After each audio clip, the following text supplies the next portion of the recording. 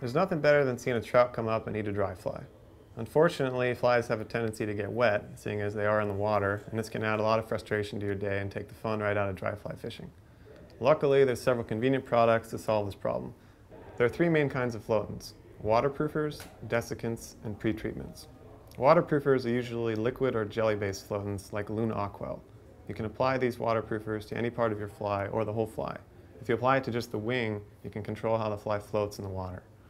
One thing to remember is that you shouldn't use these floatants with CDC, because CDC has natural flotation properties that are damaged by liquid or jelly-based floatants. Even with a waterproofer, eventually your fly is probably going to get wet. And when this happens, use a desiccant. A desiccant is basically just a dust that dries off your fly. Just put your fly in the bottle, close the lid lightly over the tippet, and shake the fly for a few seconds to dry it out. Some desiccants also come with a brush applicator. Now that your fly is dried with a desiccant, reapply waterproofer. Keep using the two kinds of floatant in conjunction with each other to keep your fly dry all day. What you don't want to do is apply a waterproofer when your fly is still wet. All this does is seal the water into the fly.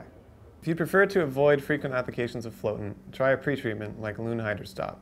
This is a permanent liquid-based floatant that, when allowed to soak into your flies and dry overnight, will keep them floating all season long. And if your fly gets wet, just use desiccant as you would with any other waterproofer.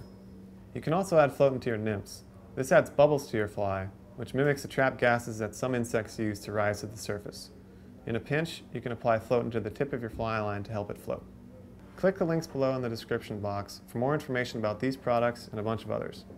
Keep watching Leland Fly TV for more tips and gear reviews. Thanks for watching, and I'll see you on the water.